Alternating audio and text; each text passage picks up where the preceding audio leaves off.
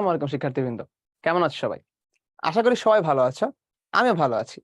আজকে তোমাদের মধ্যে নিয়ে এসেছি আদর্শ গ্যাস এবং গ্যাসের গতিতত্ত্বের শেষ লেকচার। অর্থাৎ আজকে এই লেকচার 3 এর মাধ্যমে আমাদের 3 লেকচার লম্বা আদর্শ গ্যাসের জগতের জার্নি শেষ হতে যাচ্ছে। মাস্টার ক্লাসের এই পর্বটিতে তোমাদেরকে আবারও স্বাগতম জানিয়ে ছোট করে আমার পরিচয়টা দিব এবং তারপর শুরু করে দিব। আজকে তোমাদের সাথে আছি আমি ফাহিম ভাইয়া, এবং আপাতত আমি অধ্যয়ন করছি বুয়েটের ট্রিপল ই ডিপার্টমেন্টে। যারা আগের 2 লেকচার দেখেছো তারা তো অলরেডি জানো, আর না দেখে থেকে থাকলে আজকে জেনে গেলা। তাহলে ফাহিম ভাইয়ের সাথে আদর্শ গ্যাসের জার্নিতে চলে যাওয়া যাক। অন্য সব ক্লাসের মতোই প্রথম স্লাইডটি আমাদের কাছে বরাদ্দ থাকে কোন কোন টপিক আজকে পড়বো সেটা জানার জন্য। আজকে আমরা প্রথমেই পড়বো গড়মুক্ত পথ। গড়মুক্ত পথ টপিকটি 2 স্টার দেওয়া হয়েছে। তার মানে এইটা প্রতি বছর যে তোমার পরীক্ষায় আসবে এমন না, তোমার ব্যাচে সেটা নাও আসতে পারে, কিন্তু আসবে না এই গ্যারান্টিও দেওয়া যায় না। অর্থাৎ মোটামুটি 2-3 বছর পর পরই কিন্তু এই টপিকটা আসতেছে পরীক্ষায়। সো বাদ দেওয়ার সুযোগ নেই। ফর্মুলা জানতে হবে, কিভাবে ম্যাথ করতে হয় তাও জানতে হবে। তারপরে আমাদের কাছে আছে আপেক্ষিক আর্দ্রতা, যেটা এইচএসসি তে একদম 5 স্টার টপিক ছিল, সেটা এখনো কিন্তু একদম 3 স্টার টপিক আছে। অর্থাৎ খুব খুব খুব ইম্পর্টেন্ট, ভালো মতো পড়তে হবে, খুবই ভালো মতো পড়তে হবে। এটা ভালো মতো পড়ার কোনো বিকল্প নেই। এরপরে যদি আমরা আসি, আমাদের কাছে আরেকটা টপিক আছে নিউটনের শীতলীকরণ সূত্র। এইটা আসলে বেশিরভাগ বইয়েই নাই, বেশ কিছু জায়গা থেকে আউট অফ সিলেবাস, কিন্তু স্টিল আমরা যদি বলি অ্যাডমিশনে একবার এখান থেকে একটা প্রশ্ন আসছে, সো অ্যাডমিশন যেহেতু একবার এখান থেকে প্রশ্ন আসছে, আমরা কোনো রিস্ক নিব না। আমরা ফর্মুলাটা অ্যাটলিস্ট দেখে রাখবো, যে তোমার ব্যাচে যদি কোনোভাবে এসে পড়ে তুমি যাতে প্যারা না খাও। সো কোনো রিস্ক নিব না, জাস্ট আমরা ফর্মুলাটা জানবো। সো শুধুমাত্র ফর্মুলাটা জানা এবং ভাইয়া ওই একটা ম্যাথ করে দিবে সেটা এক নজর দেখাটাই হচ্ছে এই নিউটনের শীতলীকরণ সূত্রের প্র্যাকটিস। সো তোমাকে বাসায় এটা পড়তে হবে না, জাস্ট আমার সাথে ক্লাসে 10 মিনিট এটা করবা, এতে তোমার যা প্রস্তুতি হবে সেটা নিউটনের শীতলীকরণ সূত্রের জন্য এনাফ। চলো তাহলে আজকে ক্লাসের একটা আউটলুক পেয়ে গেলাম, এখন ক্লাসটার ভিতরে ঢুকে যাক। প্রথমে আমাদের কাছে আছে গড়মুক্ত পথ। এটার ইম্পর্টেন্স একটু ভালো মতো বুঝে নেই। কুয়েটে 2বার এমসিকিউ আসছে, রুয়েটে একবার, চুয়েটে একবার, বুটেক্সে একবার। তো দেখতেই পারতেছো প্রতি 1 বছর পর পর 2 বছর পর পর কিন্তু একটা করে এমসিকিউ এখান থেকে আসে। সেই জন্য এটা 2 স্টার টপিক, বাদ দেওয়ার সুযোগ নাই, বাট তোমার ব্যাচে আসবে এটার গ্যারান্টি নাই। সো ফর্মুলা জানতে হবে, ম্যাথ কিভাবে করতে হয় তাও জানতে হবে। চলো শুরু করা যাক তাহলে। গড়মুক্ত পথ জিনিসটা আসলে কি? সো যে কোনো একটা গ্যাস যখন দৌড় দেয় তখন আসলে গ্যাস কিভাবে দৌড় দেয়? মনে করো একটা গ্যাসের এখানে সেটা গ্যাস বসে আছে, ও চাচ্ছে এইখানে যাইতে, তাহলে আচ্ছা ওখানে যেতে সমস্যা, মনে করো গ্যাসটা এখানে যেতে চাচ্ছে, আর একটু ইজি কোনো পথ নিয়ে ওঠে, মনে করো এখানে যেতে চাচ্ছে, তাহলে গ্যাসটার জন্য সুবিধা হইতো যদিও সুন্দর করে এমনি যেতে পারতো, কোনো বাড়ি টাড়ি না খেয়ে চলে গেল, তাহলে গ্যাসটা খুবই সুবিধা হইতো। এবং গ্যাসটা চাবে যে ভাই আমি তো কোনো বাড়ি খেতে চাই না, আমি এখান থেকে ওখানে যেতে গেলে, আমি যদি এখান থেকে ওখানে যেতে চাই তাহলে আমি সোজা চলে যাব, এখানে মনে করো এটা নিলাম। আচ্ছা তাহলে গ্যাসটা চাবে এখান থেকে ওখানে যাওয়ার জন্য সোজা এরকম চলে যেতে। এখন গ্যাস চাইলে কি সোজা এরকম যেতে পারবে? ওর তো বাড়ি খাওয়ার, এখন ও তো এত সুন্দর করে এমনি যেতে পারবে না, তাহলে ও যাবে কিভাবে? ও যাবে ইচ্ছা মতো, এদিকে একটা বাড়ি খাবে, এদিকে একটা বাড়ি খাবে, এদিকে একটা বাড়ি খাবে, এদিকে একটা বাড়ি খাবে, বাড়ি খাইতে খাইতে খাইতে খাইতে এক সময় গিয়ে এখানে পৌঁছাবে। তাহলে গ্যাস আসলে সোজা একটা পথ সোজা পার করতে পারে না, ও দুনিয়ার সবার সাথে বাড়ি খেয়ে তারপর পার হয়। এরকমই এই গ্যাসটার পরিণতি এখানে দেওয়া আছে, যে এই গ্যাস এখান থেকে এখানে যাওয়ার চেষ্টা করছিল, কিভাবে গেছে? এখানে একটা বাড়ি খাইছে, এখানে একটা বাড়ি খাইছে, এখানে একটা বাড়ি খাইছে, এখানে একটা বাড়ি খাইছে, এমনি বাড়ি খাইতে খাইতে ফাইনালি ওখানে গিয়ে পৌঁছাইছে। তাহলে গ্যাসটা যে এখান থেকে এই পর্যন্ত একটা স্মরণ করলো, সেটার জন্য কিন্তু দুনিয়ার সবার সাথে বাড়ি খাইছে। তাহলে গ্যাস এরকম সংঘর্ষ করার মাধ্যমে যাত্রা করে। এটা আমরা আগের ক্লাসগুলোতেও বুঝছিলাম যে গ্যাস একটার সাথে বাড়ি খায়, এবং এই বাড়ি খাওয়ারটাই গ্যাসের ধর্ম। তাহলে এখন গড় মুক্ত পথ জিনিসটা আসলে কি? এই যে একটা গ্যাস এতগুলা বাড়ি খাইলো, আমি যদি বাড়িগুলো একটু নাম্বারিং করি যে আসলে কয়টা বাড়ি খাইছে, মনে করো এইখানে একটা বাড়ি খাইছে, এটা 1 নাম্বার বাড়ি, এটা 2 নাম্বার বাড়ি, এটা মনে করো 3 নাম্বার ধাক্কা, এটা 4 নাম্বার, আর এটা 5 নাম্বার। এখন আমি চাইলে মাপতে পারি না যে প্রথম বাড়িটা খাওয়ার আগে কতদূর পথ গেছে, সেকেন্ড বাড়ি খাওয়ার আগে কতদূর পথ গেছে, থার্ড বাড়ি খাওয়ার আগে কতদূর পথ গেছে, ফোর্থ বাড়ি খাওয়ার আগে কতদূর পথ গেছে, ফিফথ বাড়ি খাওয়ার আগে কতদূর পথ গেছে। সেভাবে গুনলে এটা হবে আমার 1 নাম্বার সরণ, প্রথম বাড়ি খাওয়ার আগে, এটা হবে 2 নাম্বার, এটা হবে 3 নাম্বার, এটা হবে 3 নাম্বার, এটা হবে 4 নাম্বার, আর এটা হবে 5 নাম্বার। এই যে প্রত্যেকটা বাড়ি খাওয়ার আগে কিছু কিছু পথ ও বাড়ি না খেয়ে মুক্তভাবে চলছে, সেই পথগুলাকে আমরা বলি মুক্ত পথ। তার মানে যেই পথটা চলার সময় এই গ্যাসটা কোনো প্রকার ধাক্কার সম্মুখীন হয় নাই, ওইটুক পথকে আমি বলবো মুক্ত পথ। তাহলে মুক্ত পথ কোনটা এখানে আমি যদি একবার একটু তোমাদেরকে ফাইনালি বলে দিই, এই জায়গাটা একটা মুক্ত পথ। আচ্ছা, এই কালারটা একটু বেশি হালকা, এখানে দেখতে পাবে না, তার থেকে আমি একটু ডিপ একটা কালার নিই। এই পথটা একটা মুক্ত পথ, এই পথটা একটা মুক্ত পথ, এইটা একটা মুক্ত পথ, এইটা একটা মুক্ত পথ, এইটাও কিন্তু একটা মুক্ত পথ। তার মানে এখানে যে 5টা জায়গা হাইলাইট হয়ে বসে আছে, 5টাই কিন্তু একটা করে মুক্ত পথ। তুমি প্রত্যেকটা বাড়ি খাওয়ার আগে যেই পথটা মুক্ত হবে চলছো সেটাই মুক্ত পথ। তাহলে আমি যদি এখানে মুক্ত পথগুলো কাউন্ট করা শুরু করি, এখানে S1 একটা মুক্ত পথ, S2 একটা মুক্ত পথ, S3 একটা মুক্ত পথ, S4 একটা মুক্ত পথ, S5 একটা মুক্ত পথ, এবং এই 5টার একটাও আরেকটার সমান না। তার মানে এই 5টাই ভিন্ন ভিন্ন মানের।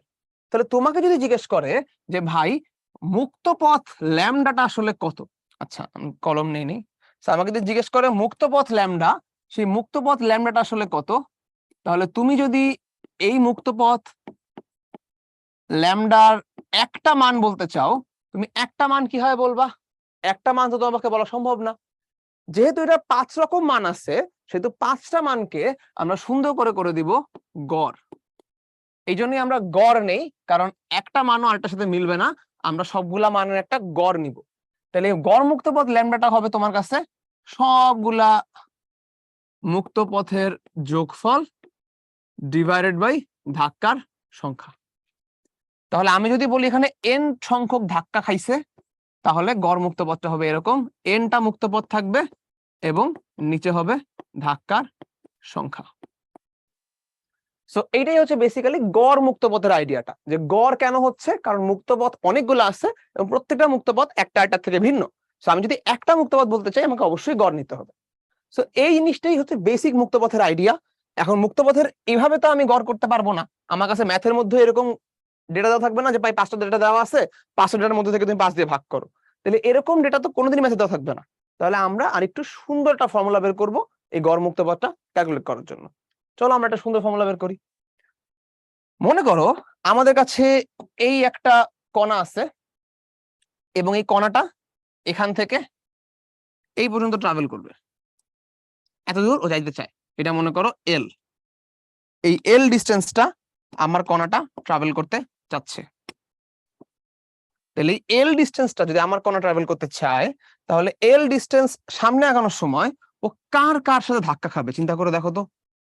যদি এই কণাটার সাথে কারো ধাক্কা খাইতে হয়, তাহলে কণাটার সাথে ধাক্কা খাইতে হইলে আসলে কতটুকু জায়গার মধ্যে আরেকজনকে থাকতে হবে। আচ্ছা, আমি যদি বলি এই কণার সাথে ধাক্কা খাইতে চায়, তাহলে আরেকজনকে থাকতে হবে আইদার এই জায়গায় অথবা এই জায়গায়।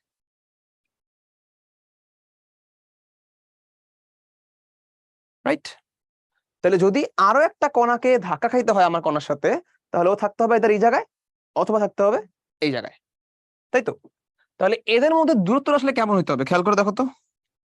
আমি যদি দূরত্ব পয়েন্ট আউট করতে চাই এখানে, তাহলে দূরত্বটা হওয়া লাগবে এখান থেকে, আচ্ছা অন্যটা কারণ নেই, মনে করো এখান থেকে এই পর্যন্ত এই দূরত্বটা, অথবা এখান থেকে এই পর্যন্ত এই দূরত্বটা।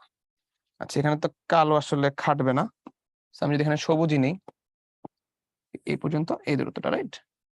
তো চিন্তা করে দেখো, এইটা যদি ওর ব্যাসার্ধ হয়, এইটুক যদি ওর ব্যাসার্ধ হয়, বাকিটা আবার আরেকজনের ব্যাসার্ধ, আবার এখানে বাকিটা আবার আরেকজনের ব্যাসার্ধ, তাহলে এবার একটু কাউন্ট করে দেখি তো, যে যদি একজন আরেকজনের সাথে ধাক্কা খাইতে হয়, তাহলে দূরত্বটা at best at maximum কত হইতে পারবে চিন্তা করে দেখো। এই যে দুটো পজিশন আমি আঁকছি, দুটো পজিশন আসলে কেমন, যদি একটা কণা এখানে আছে আমার কণাটা, আর একটা কণা এখানে থাকে, তাহলে পাস করার সময় জাস্ট টাচ করে যাবে। সিমিলারলি যদি নিচে থাকে, তাহলে পাস করার সময় জাস্ট টাচ করে যাবে। যদি এই দুটা পজিশনের মাঝখানে কোনো এক জায়গায় থাকে, মনে করো আমার কণাটা আছে এখানে আর একটা কণা আছে এই জায়গায়, তাহলে কিন্তু শর্টে ধাক্কা খাবে, কোনো সমস্যা নেই। তা আমি যে দুটো পজিশন আঁকছি, এই দুটো পজিশন হচ্ছে ম্যাক্সিমাম, এতটুকু দূরত্বে থাকতে পারবে, থাকলে জাস্ট টাচ করে যাবে, এর থেকে দূরে চলে গেলে আর সংঘর্ষ হবে না। সো আমি দুটো পজিশন আঁকছি সংঘর্ষ হওয়ার জন্য, যে দুটো পজিশন হচ্ছে একদম ম্যাক্সিমাম পজিশন, এই দুটো পজিশনের মাঝখানে যে কোনো পজিশনে আরো ভালো মতো ধাক্কা খাবে, এর থেকে দূরে চলে গেলে ধাক্কা খাবে না। আচ্ছা তাহলে এই পজিশনটা যে আঁকছিলাম, সবগুলা কণা তো একই গ্যাসের, তাহলে এই গ্যাসের যা ব্যাসার্ধ এই গ্যাসেও তাই ব্যাসার্ধ, এই গ্যাসেও তাই ব্যাসার্ধ। তাহলে আমরা খুব সিম্পলি এখানে বলে দিতে পারি যে ভাই এই দুইটা গ্যাসের মধ্যকার দূরত্ব হচ্ছে, আচ্ছা এই দুইটা গ্যাসের মধ্যকার দূরত্ব, এই দুইটা গ্যাসের মধ্যকার দূরত্ব, সেই দূরত্বটা হচ্ছে একটা গ্যাসের অণুর ব্যাসের সমান। ব্যাসটাকে আমরা এখানে বলবো সিগমা। আর এই দুটা গ্যাসের মধ্যকার দূরত্ব, এই দুটা কেন্দ্রের মধ্যকার দূরত্ব, সেই দূরত্বটাও কিন্তু একটার ব্যাসের সমান। আচ্ছা সিগমা রানটা 6 এর মতো হয়ে গেছে, এই ব্যাসের সমান। তা যদি কারো না জানা থাকে তার জন্য আমি একটু লিখে দেই, এই সিগমাটা হচ্ছে এরকম, দিস ইজ সিগমা, উচ্চারণটাও লিখে দিলাম। আর এটা দিয়ে আমি বুঝাচ্ছি একটা অণুর ব্যাস, খুব খেয়াল রাখবা ব্যাস বুঝাচ্ছি। আচ্ছা এবার গেল এটুক। এবার আসো, তাহলে আমরা অলরেডি বুঝে গেলাম যে যদি দুইটা কণার মধ্যে বাড়ি খাইতে হয় তাহলে এদের ম্যাক্সিমাম দূরত্ব হইতে পারবে একটা কণার ব্যাসের সমান। এর থেকে বেশি দূরত্ব হলে ধাক্কা খাবে না, এর থেকে কম দূরত্ব হলে আরো ভালো, কিন্তু এর থেকে বেশি ধাক্কা খাবে না। তাহলে ম্যাক্সিমাম যদি আমার কণাটার সাথে ধাক্কা খাইতে হয় কাউকে, তাহলে ওর থাকতে হবে আমার আমার কণার সাথে ব্যাসের দূরত্বের সমানে। আচ্ছা তাহলে এখন যদি আমি চিন্তা করি যে আমার কণাটা এখান থেকে সামনে আগাবে, তাহলে আমি এখন একটা সিলিন্ডার রাখবো, যে সিলিন্ডারটার ভিতরের সব কণার সাথে আমার এই কণাটা বাড়ি খাবে। তাহলে আমি যদি এখানে একটা সিলিন্ডার রেখে এখানে বাড়ি খাওয়াইতে চাই তাহলে কেমন হবে? এই ছবিটাতে থেকে আমি একটু বের হয়ে আসি, কারণ ছবিটা অনেক কিছু গিঞ্জি হয়ে গেছে, তাই না? একটা আলাদা ছবি আঁকি আমরা। আমি যদি এখানে বলি যে এই হচ্ছে আমার একটা কণা ছিল, এই কণার সাথে আমি বলছি যে ব্যাসের দূরত্বে থাকলে বাড়ি খাবে, আবার এখানেও ব্যাসের দূরত্বে থাকলে বাড়ি খাবে। সো এটা হচ্ছে একটা ব্যাস সিগমা, সো এখানে হচ্ছে একটা ব্যাস, এখানে আবার আরেকটা ব্যাস। তাহলে এইটুকু দূরত্ব যদি আমি একটা সিলিন্ডার আঁকি তাহলে সিলিন্ডার দেখতে কেমন হবে? সিলিন্ডারটা দেখতে হবে এরকম।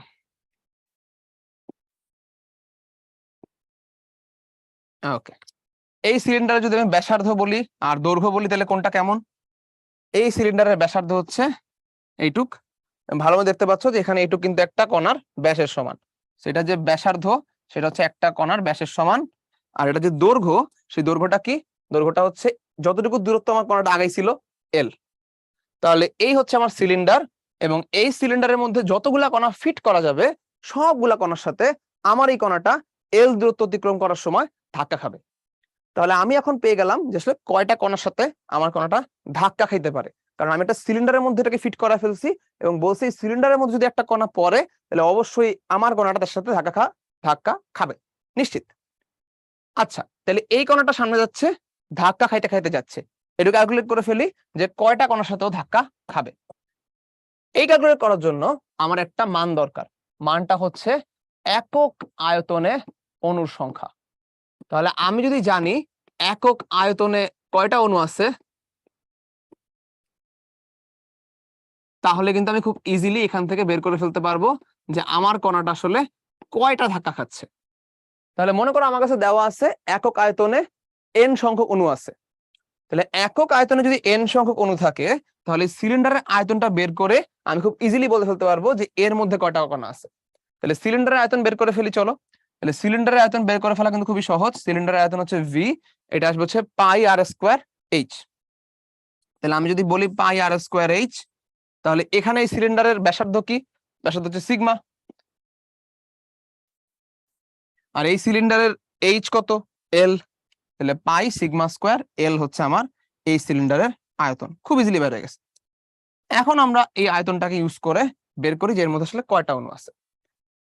একক আয়তনে অণু আছে n সংখ্যক, তাহলে এত আয়তনে কয়টা অণু থাকবে? n পাই সিগমা স্কোয়ার এল। তাহলে আমি খুব ইজিলি বলে ফেলতে পারবো যে ভাই পাই সিগমা স্কোয়ার এল, পাই সিগমা স্কোয়ার এল মিটার কিউব আয়তনে আছে। যদি আমি অনুসংখ্যা বের করতে চাই তাহলে অনুসংখ্যাটা হবে n পাই সিগমা স্কোয়ার এল। আচ্ছা ব্যাপারটা কিন্তু খুবই নাইসলি বের হয়ে গেল যে এর মধ্যে কয়টা অণু আছে। তার মানে এই প্রত্যেকটা অণুর সাথে আমার কণা ধাক্কা খাবে, এবং ধাক্কা খাইতে খাইতে কতটুকু দূরত্ব অতিক্রম করবে? এল দূরত্ব। তাহলে এই এল দূরত্ব অতিক্রম করার সময় আমার কণা ধাক্কা খাচ্ছে এতটা। আমি বাই করতে চাচ্ছিলাম কি? গড়মুক্ত পথ। গড়মুক্ত পথ কি? একটা ধাক্কা খাওয়ার আগে যতটুকু পথ মুক্তভাবে অতিক্রম করে। সিম্পলি একটা ঐকিক নিয়ম দিয়ে এখন আমরা বের করে ফেলবো এটা। তাহলে এখন ঐকিক নিয়ম দিয়ে একটা, সেখানে অন্যটা কালার ইউজ করি, সাদা ইউজ করলাম। তাহলে আমি বলতে পারি যে এতগুলা ধাক্কা খাবে যদি এল দূরত্ব অতিক্রম করে, তাহলে এন পাই সিগমা স্কোয়ার এল টি ধাক্কা খায়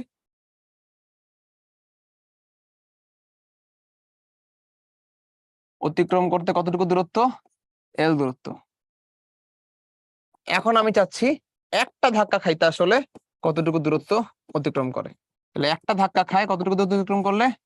এল by N pi sigma square L. খুব ইজিলি এখন কাটাকাটি করেই মিলে যাবে সবকিছু। তাহলে এল এল এখানে কাটা, অ্যান্সার আমাদের কাছে কত আসছে? আমাদের কাছে অ্যান্সার চলে আসতেছে 1/n পাই সিগমা স্কোয়ার। তাহলে আমরা এখানেই পেয়ে গেলাম, আমাদের কাছে সুন্দর করে আমাদের অ্যান্সার চলে আসলো, এবং অ্যান্সারটা হচ্ছে এরকম যে গড় মুক্ত পথ lambda is equal to root over is equal to 1/n pi sigma square. আমরা কিন্তু খুব আরামসে হিসাব নিকাশ পেয়ে গেছি যে গড় মুক্ত পথ lambda is equal to 1/n pi sigma square, যেখানে সিগমা হচ্ছে অণুর ব্যাস এবং এন হচ্ছে একক আয়তনে মুক্ত অণুর সংখ্যা। আচ্ছা, এবার আসো এখানে যদি আমরা একটু কথাবার্তা বলি যে এই সূত্রটা আসলে কার। এই সূত্রটাকে আমরা বলি হচ্ছে ক্লসিয়াসের সূত্র। এই সূত্রটার নাম আছে একটা, এই সূত্রটা হচ্ছে ক্লসিয়াসের। আচ্ছা, সো দুঃখিত, এটা আসলে একটু সুন্দর করে লেখা দরকার, বেশি চিপা লিখে ফেলছি। সো এই সূত্রটা কার? এই সূত্রটা হচ্ছে ক্লসিয়াসের। এখন এই সূত্র কার এটা বলার পিছনে একটা বেশ গুরুত্বপূর্ণ কারণ আছে। কারণ হচ্ছে ক্লসিয়াস যখন এই ফর্মুলাটা ডিরাইভ করছে তখন ক্লসিয়াস একটা গ্যাঞ্জাম করছে, এবং এই গ্যাঞ্জামের কারণে এই ফর্মুলাটা আমরা সবগুলা ম্যাথে অ্যাপ্লাই করতে পারবো না। তাহলে ভাই এই ফর্মুলা অ্যাপ্লাই করতে পারবো না শিখাইলেন কেন? কারণ হচ্ছে তোমাকে আমি যে ফর্মুলাটা এখন শিখাবো সেটার বেস আসলে এটাই। সো এখানে আমরা ফর্মুলাটা খুব সুন্দর মতো প্রুফ করছি এবং প্রুফ করে দেখছি এটাই আমাদের আসা উচিত ল্যামডা। তাহলে ক্লসিয়াসের ভুলটা আসলে কোথায়? ক্লসিয়াসের ভুলটা হচ্ছে ক্লসিয়াস যখন বলছে যে আমার কণাটা মুভ করতেছে, তখন ক্লসিয়াস এই সিলিন্ডারের ভিতরে বাকি কণাগুলোর কথা চিন্তা করে নাই। তার মানে ক্লসিয়াস বলছে যে আমার কণাটা এখানে ছিল, আমার কণাটা মুভ করে এখান থেকে এখানে যাবে, এবং ক্লসিয়াস বলছে যে এর মধ্যে সিলিন্ডারে যে কয়টা কণা আছে সবার সাথে আমার অণুটা ধাক্কা খাবে। এখন ব্যাপারটা হচ্ছে সিলিন্ডারের বাকি অণুগুলো তো স্থির না, যে অণুটা এই জায়গায় আছে ও কি স্থির না? ও এখানে চলে যেতে পারে। তাহলে আমার অণুটা এই জায়গায় আসার আগেই এখানকার অণুটা বাইরে চলে যেতে পারে।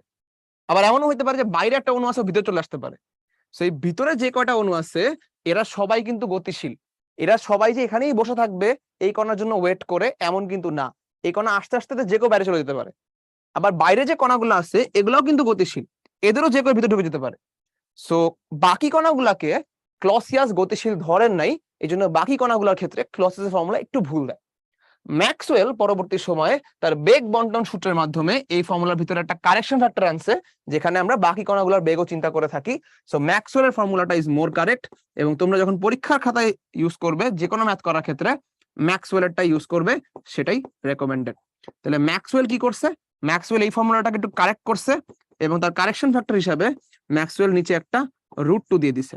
সো তোমাদের কারেক্ট ফর্মুলা হচ্ছে √2n পাই সিগমা স্কোয়ার। যে কোনো ম্যাথ করতে গেলে এই ফর্মুলাটা ইউজ করবা, এটাই রেকমেন্ডেড। এখানে সিগমা হচ্ছে আমাদের অণুর ব্যাস। আবারও মনে করাই দিচ্ছি, তোমাদের প্যাচ খাওয়ানোর জন্য কিন্তু এখানে বারবার ব্যাসার্ধের মান দিয়ে দিবে, কিন্তু অবশ্যই ব্যাস কাউন্ট করবা। আর এন হচ্ছে একক আয়তনে অণুর সংখ্যা। আশা করি এই পুরো জিনিসটা তোমাদের কাছে ক্লিয়ার হয়ে গেছে। বেশ টাইম নিয়ে থিওরিটা পড়াইছি, কারণ ইউজুয়ালি দেখা যায় অ্যাডমিশনের সময় তোমরা থিওরি পড়া জায়গা পাও না, কারণ সবাই ম্যাথ করাতে থাকে। সো একটা জায়গায় তোমাদের থিওরি গুলো থাকাটা ভালো, যদি লাগে তাহলে দেখে নিতে পারো, আর অবশ্যই না লাগলে তো স্কিপ করানোর চান্স আছে। তো চলো আমরা এখন যাব ম্যাথে। গড়মুক্ত পথের থিওরি আশা করি ক্লিয়ার।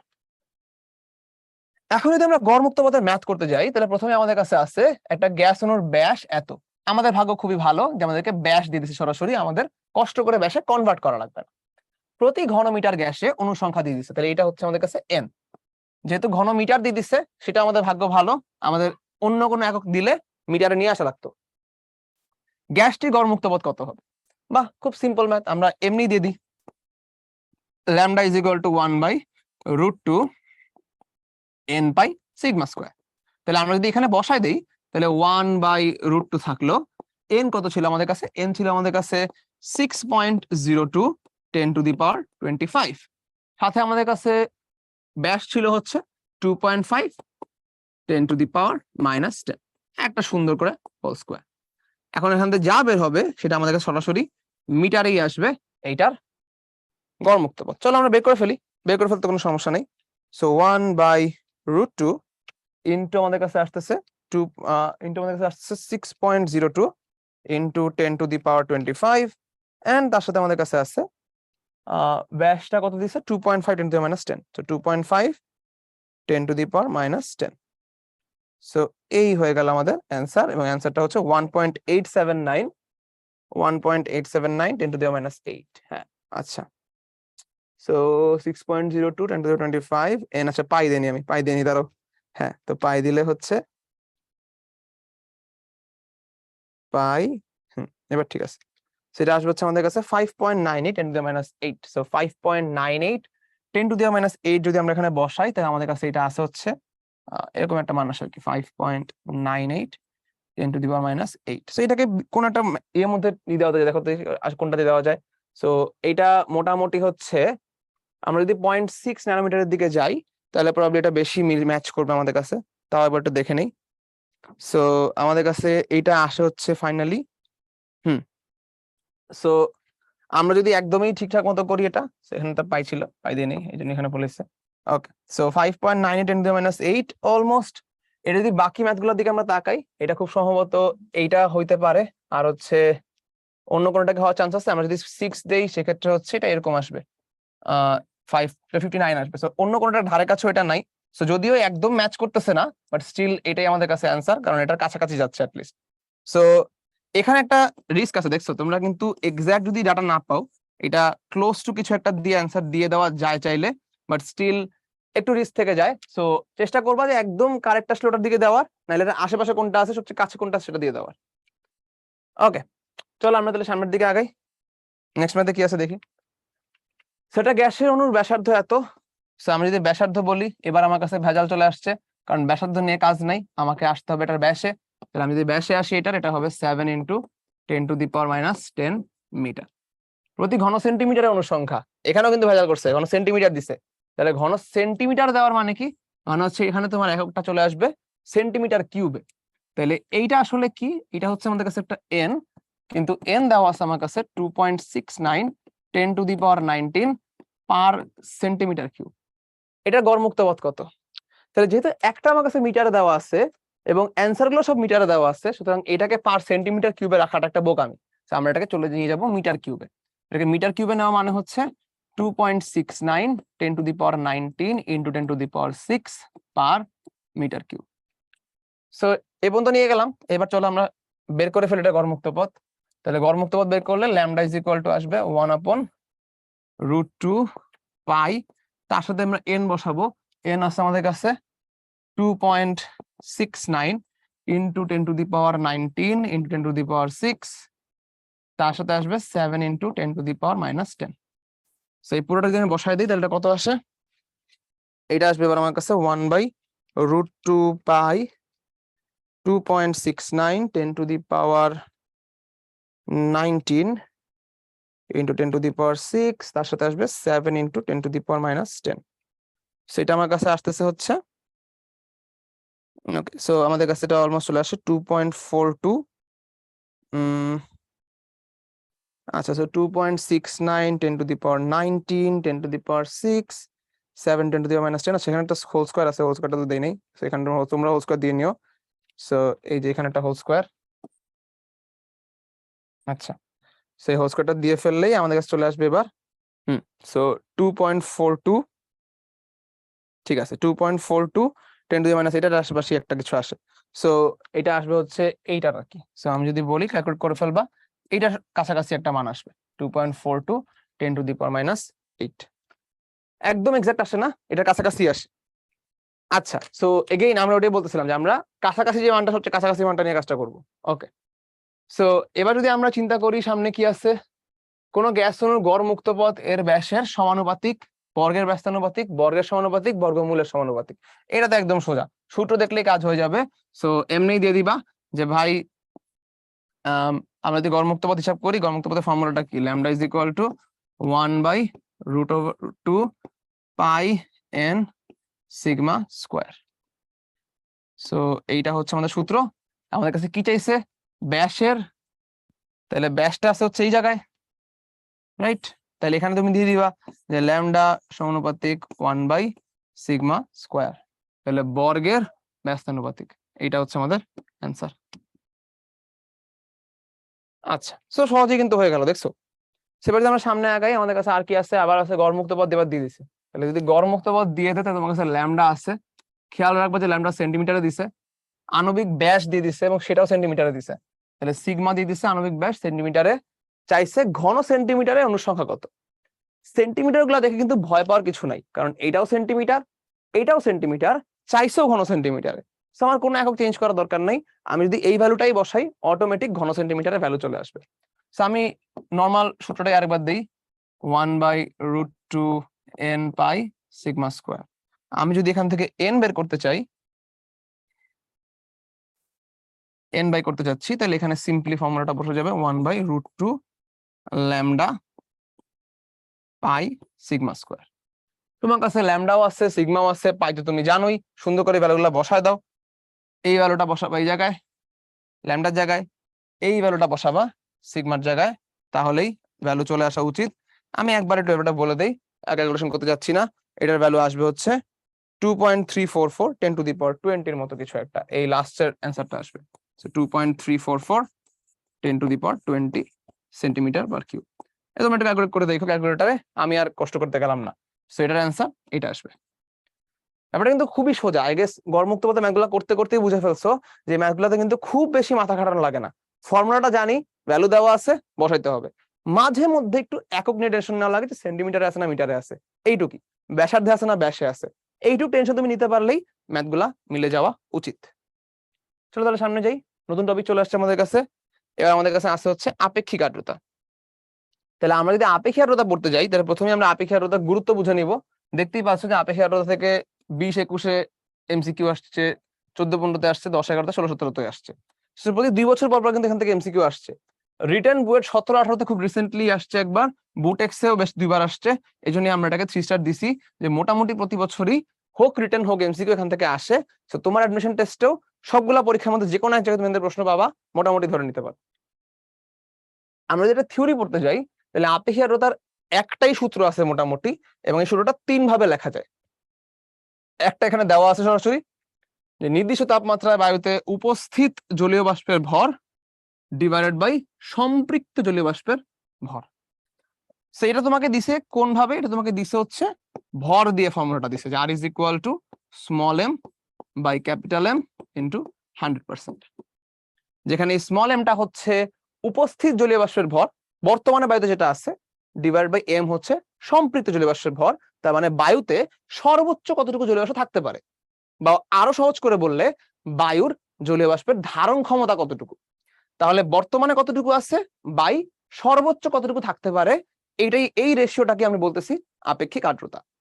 এটা যেরকম ভর দিয়ে লেখা যায়, ঠিক সেরকম এটা কিন্তু চাপ দিয়েও লেখা যায়। এটা কি এটাও লেখা যায়। এখন যদি জিজ্ঞেস করো এটা কেন লেখা যায়, তার খুব সিম্পল কারণ হচ্ছে গ্যাসের ক্ষেত্রে চাপ এবং ভর পরস্পরের সমানুপাতিক। এবং ব্যাপারটা খুব ইনটুইটিভ, চিন্তা করে দেখো, এখানে মনে করো একটা পাত্র আছে, এই পাত্রে তুমি বেশ কিছু গ্যাস রাখছো, এই মনে করো অনেকগুলো গ্যাস আছে। তাহলে এই 5টা গ্যাস মিলে পাত্রের দেয়ালে কিরকম চাপ প্রয়োগ করবে? এই মনে করো এই 5টা গ্যাস মিলে চাপ প্রয়োগ করতেছে, ঠিক আছে? তাহলে এই 5টা গ্যাস মিলে চাপ প্রয়োগ করলো একটা স্মল এফ। এখন যদি আমি এর মধ্যে আরো কিছু গ্যাস ঢেলে দিই, মনে করো 5টা অণু ছিল, আমি এখন এর মধ্যে আরো 3টা অণু ঢেলে দিলাম, তাহলে এই 3টা অণু তো আবার চাপ প্রয়োগ করবে, রাইট? তাহলে এই 3টা অণু গিয়ে এখন দেয়ালে বাড়ি দিবে, তাহলে চাপ গেল সুন্দর করে বেড়ে। এটাই খুব সিম্পল সিস্টেম, যে তুমি গ্যাসের ক্ষেত্রে যত বেশি ভর বাড়াবা তত বেশি চাপও বাড়বে। তার মানে ভর এবং চাপ পরস্পরের সাথে সমানুপাতিক। সেখান থেকে আমরা এই জিনিসটা খুব ক্লিয়ারলি বুঝতে পারি যে ভর এবং চাপ পরস্পর সমানুপাতিক। তার মানে যেই রেশিওটা ভরের ক্ষেত্রে সম্ভব, সেই রেশিওটাই কিন্তু চাপের ক্ষেত্রে সম্ভব। এটা যেমন রাইট, এটাও তেমনই রাইট। তাহলে নিচেটাতে আমরা কি বলি? নিচেটাতে আমরা বলি হচ্ছে যে ভাই এখানে স্মল এফটা হচ্ছে উপস্থিত বাষ্পের জলীয় বাষ্পের চাপ, উপস্থিত জলীয় বাষ্পের চাপ, এই উপস্থিত জলীয় বাষ্পের চাপকে তুমি আরো একটা জিনিস বলতে পারো, সেটা তুমি কি বলতে পারো? তুমি বলতে পারো শিশিরাঙ্কে সম্পৃক্ত বাষ্পচাপ। এখন যারা যারা এটা ক্লিয়ারলি বুঝো নাই যে ভাই উপস্থিত জলীয় বাষ্পচাপ বা শিশিরাঙ্কে সম্পৃক্ত বাষ্পচাপ সমান কিভাবে হইলো, তাদেরকে একটু ওয়েট করতে হবে, নেক্সট স্লাইডে শিশিরাঙ্কটা পড়াই আমি তোমাদের এটা বুঝাই দিব। আরেকটা জিনিস আছে, সেটা হচ্ছে এই নিচেরটা কি বুঝায় সেটা লিখে দিই। নিচেরটা বুঝায় হচ্ছে বর্তমানে যে তাপমাত্রা আছে সেই তাপমাত্রাতে সম্পৃক্ত বাষ্পের চাপ। তার মানে স্মল এফটা হচ্ছে উপস্থিত বাষ্পচাপ অথবা শিশিরাঙ্কে সম্পৃক্ত বাষ্পচাপ, আর ক্যাপিটাল এফটা হচ্ছে বর্তমান তাপমাত্রায় সম্পৃক্ত বাষ্পচাপ। এবারও কিন্তু আসলে আগের মতোই বর্তমানে কতটুকু আছে ডিভাইডেড বাই ধারণ ক্ষমতা কতটুকু, সেই জিনিসটা দিয়ে আমরা ভাগ করতেছি। তার মানে বর্তমানে কতটুকু জলীয় বাষ্প চাপ দিচ্ছে আর সর্বোচ্চ কতটুকু দিতে পারে, এইটা রেশিওটাই হচ্ছে দিন শেষে আপেক্ষিক আর্দ্রতা। আই গেস আপেক্ষিক আর্দ্রতা নিয়ে আর কোনো প্রশ্ন থাকা উচিত না। আপেক্ষিক আর্দ্রতার কিছু ডেইলি লাইফ ফিনোমেনন আছে যেগুলো থেকে এমসিকিউ আসে মাঝে মধ্যে, যে আর্দ্রতা যদি কম হয় সেক্ষেত্রে বায়ুর ধারণ ক্ষমতার থেকে অনেক কম কম বাষ্প বায়ুর কাছে আসে, সেক্ষেত্রে বায়ু চাবে অনেক জলদি জলদি বাষ্প নিয়ে নিতে। সেক্ষেত্রে আর্দ্রতা যদি অনেক কম হয় তাহলে বায়ু যেখানে পানি পাবে সেখান থেকে বাষ্প নিয়ে যাবে, বাষ্পায়ন হবে অনেক বেশি। এটা কখন হয়? শীতকালে হয়। এই জন্যই তোমার ঠোঁট শুকায় যায়, তোমার গা খসখসে হয়ে যায়, তোমাকে পরে ময়শ্চারাইজার মাখতে হয়, কারণ বায়ু যেখান থেকে পাইছে সেখান থেকে পানি নিয়ে গেছে, এই জন্য তোমার ঠোঁট ফেটে গেছে। আবার তুমি করো বর্ষাকালে অনেক বেশি আর্দ্রতা, বায়ুতে পানির কোনো অভাব নেই, একদম মনে করো 80% হিউমিডিটি, মানে 80% আর্দ্রতা, 90% আর্দ্রতা, তাহলে বায়ুর যতটুকু জলীয় বাষ্প দরকার ছিল পুরোটাই প্রায় বায়ু পেয়ে গেছে। তাহলে বায়ু আর নতুন কোনো জায়গা থেকে বাষ্পায়ন ঘটাবে না, বাষ্পায়ন খুবই স্লো হবে। তাহলে বর্ষাকালে যদি তুমি কাপড় মেলে দাও শুকাবে না, বর্ষাকালে যদি তোমার ফ্লোরে পানি পড়ে শুকাবে না, বর্ষাকালে যদি তোমার ঘাম হয় সেই ঘামও কিন্তু শুকাবে না। সো এই জন্যই এই ফেনোমেনন গুলো হয়, এগুলো থেকে মাঝে মধ্যে ভার্সিটিতে এমসিকিউ আসে, তাই বলে দিলাম যে আর্দ্রতা কম থাকলে কি হয়, আর্দ্রতা বেশি থাকলে কি হয়। আচ্ছা, আগে সেটা জিনিস পড়ছিলা শিশিরাঙ্ক, সেটা একটু বুঝায় রাখি জিনিসটা এখানে কি হচ্ছে। শিশিরাঙ্ক হচ্ছে সেই তাপমাত্রা যেই তাপমাত্রায় বর্তমানে বায়ুতে জলীয় বাষ্প আছে সেটা দিয়েই বায়ু সম্পৃক্ত হয়ে যাবে। তার মানে বর্তমান বায়ুতে জলীয় বাষ্প আছে এবং সেটা ধারণ ক্ষমতা থেকে কম আছে, বায়ু সম্পৃক্ত হয় নাই, এখন অসম্পৃক্ত আছে। তাহলে এই বায়ুটাকে সম্পৃক্ত করার দুইটা উপায় আছে। একটা হচ্ছে জলীয় বাষ্প বাড়ায় দিব, আর যদি সেটা করতে না চাই তাহলে বায়ুর ধারণ ক্ষমতাটা কমায় দিব। তাহলে বায়ুর ধারণ ক্ষমতা কমায় কিভাবে? তাপমাত্রা কমায় দিয়ে। তাহলে আমরা শিশিরাঙ্কের ক্ষেত্রে সুন্দর করে তাপমাত্রা কমাইতে থাকবো, কমাইতে কমাইতে কমাইতে কমাইতে বায়ু ধারণ ক্ষমতা এক সময় উপস্থিতিতে সমান হয়ে যাবে এবং বায়ু উপস্থিত জলীয় বাষ্প দিয়ে সম্পৃক্ত হয়ে যাবে। বায়ু যেই মুহূর্তে সম্পৃক্ত হয়ে গেল সেটাই শিশিরাঙ্ক। তারপর থেকে বায়ুর মধ্যে যে বাষ্প আছে সেটা ঘনীভূত হয়ে অতিরিক্ত একটা দ্রবণ হয়ে যাবে, এবং এই যে পানি পড়ে গেল বায়ু থেকে, মানে বাষ্প থেকে ঘনীভূত হয়ে পানি হয়ে গেল, সেটাকে আমরা বলি শিশির। তাহলে যেই পয়েন্টে সম্পৃক্ত হয়ে গেছে ওইটাই শিশিরাঙ্ক, তারপর থেকে শিশির পড়া শুরু করবে। তো তাহলে আমরা এখানে একটু দেখি যে শিশিরাঙ্ক আমরা বুঝি কিনা। সো মনে করো এই জায়গায় 15 গ্রাম বায়ু আছে, 15 গ্রাম বায়ু হচ্ছে 5টা বায়ুর কণা। তাহলে এই 15 গ্রাম বায়ুর এমন একটা জায়গা আছে যেখানে ক্যাপাসিটি হচ্ছে 25 গ্রাম। তাহলে ক্যাপাসিটি যেহেতু 25 গ্রাম আছে 15 গ্রাম, তাহলে অবশ্যই এই বায়ুটা অসম্পৃক্ত। এবার টেম্পারেচার একটু কমায় ফেললাম, 25 থেকে 20 করে ফেলছি, ক্যাপাসিটিও কমে গেছে, 20 গ্রাম হয়ে গেছে, কিন্তু ক্যাপাসিটি এখনো বর্তমান বায়ুর থেকে কিন্তু বেশি। তাহলে বর্তমান বায়ুর থেকে যদি বেশি হয় তাহলে এই 5টা কণা দিয়ে এখনো বায়ু সম্পৃক্ত হয় নাই, এটা এখনো অসম্পৃক্ত। আরো কমায় ফেলছি টেম্পারেচার, কমায় ফেললাম, ক্যাপাসিটি হয়ে গেল 15 গ্রাম। তাহলে ক্যাপাসিটি যদি 15 গ্রাম হয়ে যায় তাহলে ক্যাপাসিটি যা আছেও তাই, তাহলে এইটা কিন্তু হয়ে গেল সম্পৃক্ত। এর থেকেও যদি কমায় ফেলতে পারো কখনো টেম্পারেচার, এর থেকেও কমায় ফেললা, এর থেকে কমায় ফেললে ক্যাপাসিটি গেল আরো কমে। ক্যাপাসিটি যদি আরো কমে যায় তাহলে এর থেকে বেশি বাষ্প কিন্তু এখন বায়ুতে থাকতে পারবে না। বায়ুতে ছিল 15 গ্রাম, তাহলে 15 গ্রাম বাষ্প এখন কি করবে, 12 গ্রাম থেকে যাবে আর 3 গ্রাম হয়ে যাবে শিশির। এই মুহূর্তে এটা কেমন অবস্থা বলতো? অনেকেই তোমরা মনে করো যে এটাকে অতিরিক্ত দ্রবণ বলে, অতিরিক্ত দ্রবণ এটাকে আসলে অনেক সময় বলে, কিন্তু অতিরিক্ত অবস্থা বলে গ্যাসের পুরো চ্যাপ্টারে কিছু বলা নাই। তো সম্পৃক্ত আর অসম্পৃক্তই আছে, এটা কিন্তু আসলে অসম্পৃক্ত কিছু না, এটা কিন্তু স্টিল সম্পৃক্ত, কারণ 12 গ্রাম ধারণ ক্ষমতা 12 গ্রামই আছে, বাকি 3 গ্রাম পড়ে গেছে, সেটা আলাদা হিসাব। সো আবার আরেকটা ভুল ধারণা আছে অনেকের, যেহেতু শিশির পড়ছে এইটা মনে হয় শিশিরাঙ্ক। না, শিশিরাঙ্ক হচ্ছে যেই টেম্পারেচারে সম্পৃক্ত হয়ে গেছে সেটা, তার মানে এই যে 15 ডিগ্রি সেলসিয়াস, এইটা হচ্ছে আমাদের শিশিরাঙ্ক। আচ্ছা, গত স্লাইডে আরেকটা কথা বলছিলাম, সেটা এখন বুঝায় রাখি, যে উপস্থিত বাষ্পচাপ আর শিশিরাঙ্কে সম্পৃক্ত বাষ্পচাপ এক কেন? উপস্থিত বাষ্পচাপ কোনটা? এই যে 25°C তাপমাত্রা, এই 5টা অণু যে চাপটা দিচ্ছে সেটাই। তাহলে এই 5টা অণু চাপ কেমন আসলে ভাই? এই 5টা অণু মিলে দেয়ালে বাড়ি দিচ্ছে, রাইট? তাহলে এই 5টা অণু মিলে দেয়ালে বাড়ি দিল, যে বাড়িটা দিল সেটাকে আমি বলতেছি উপস্থিত বাষ্প চাপ। এখন তুমি টেম্পারেচার কমাচ্ছ, টেম্পারেচার কমায় ফেললে কি পরিমাণ কমছে? নতুন কোনো বায়ু আসছে? নতুন কোনো এখান থেকে কোনো বাষ্প বাইরে গেছে? না, 5টা ছিল 5টাই আছে। তাহলে এই 5টা মিলে কিন্তু একই চাপ দিবে, আগের মতোই চাপ দিবে। এই 5টা মিলে কিন্তু আগের মতোই চাপ দিবে।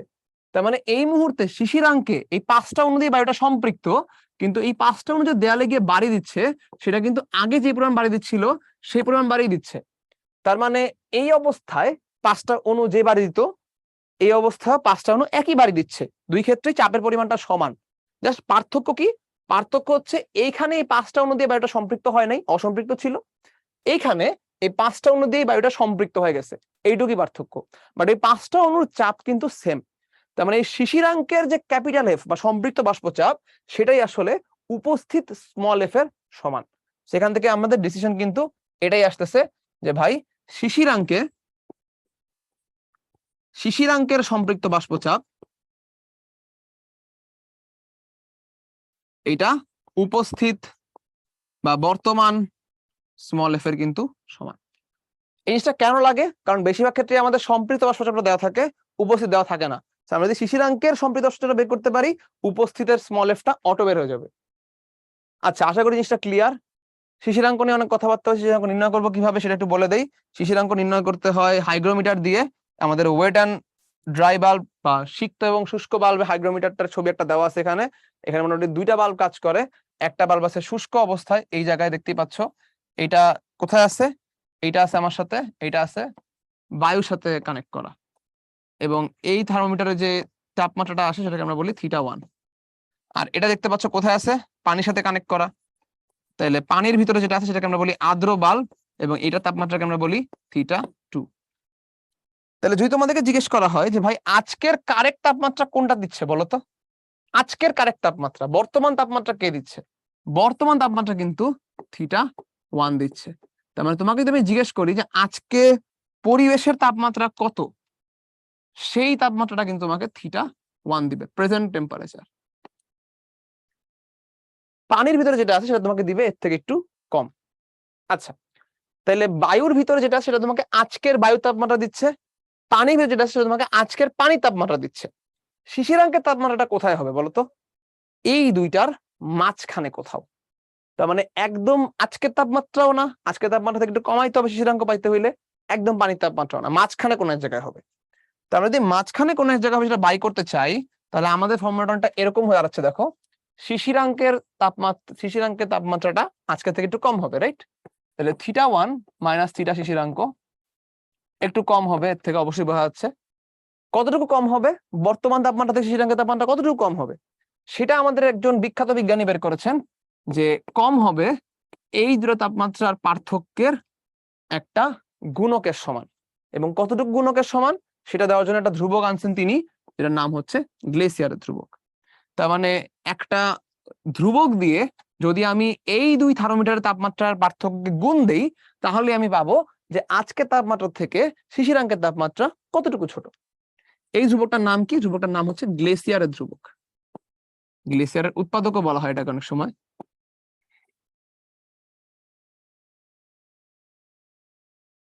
এবং এটার নিয়ে কোনো ভয় পাওয়ার কারণ নাই, এই গ্লেসিয়ারের উৎপাদক সবসময় প্রশ্নে দেওয়া থাকবে যে এত ডিগ্রি সেলসিয়াস তাপমাত্রায় গ্লেসিয়ারের উৎপাদক এত। এটা তোমার কখনোই মুখস্থ করতে হবে না, এটা নিয়ে ভয় পাওয়ার একদমই কারণ নেই।